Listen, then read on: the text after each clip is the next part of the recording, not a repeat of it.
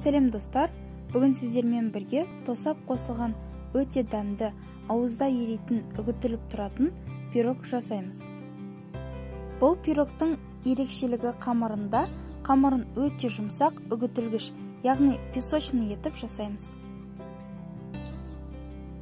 Видеоны соңына дейін қараңыз, рецепт сізге пайдалы боларына сенімдімін.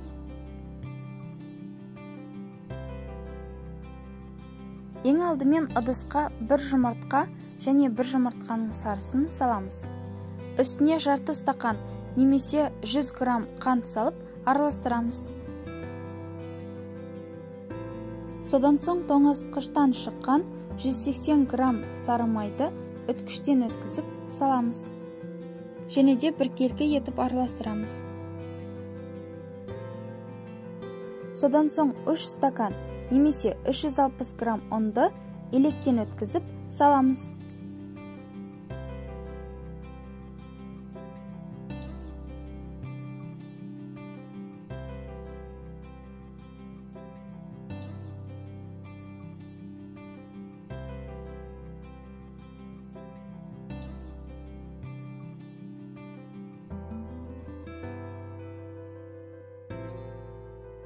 Ұнның үстіне 1 шай қасық қопсытқыш саламыз.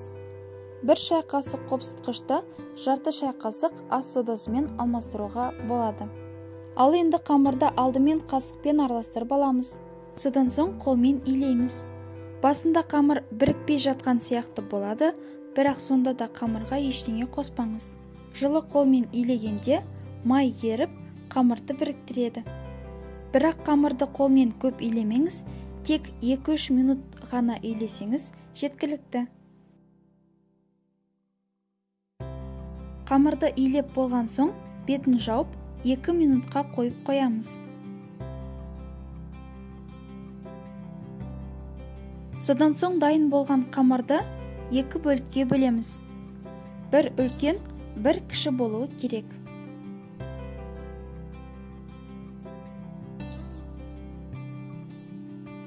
Ең алдымен үлкен қамырды аздап ғана жайып, қалыпқа саламыз. Мен салма ретінде қарақат тосабын қолдандым. Сіз кез келген басқа да тосаптарды қолдансаңыз болады. Ең бастысы тосап өз қалпын ұстап тұра алатындай қою болуы керек. Ал енді кішкентай қамырды жайып, пирогтың бетін безендіреміз.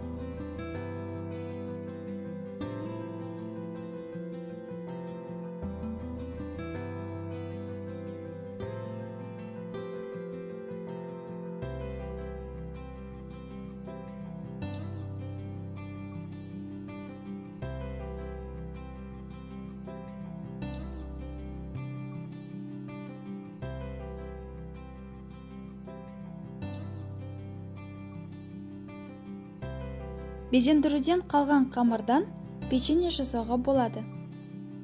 Ал енді дайын болған пирогтың бетін жұмыртқаның ағымен жағып шығамыз. Пирогты 180 градус қызып тұрған пеште 20-30 минуттай пісіріп аламыз.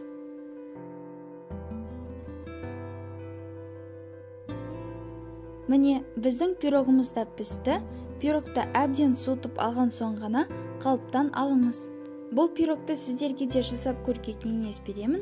Егер рецепт ұнаған болса, лайк басып, каналымызға жазылуды ұмытпаңыздар.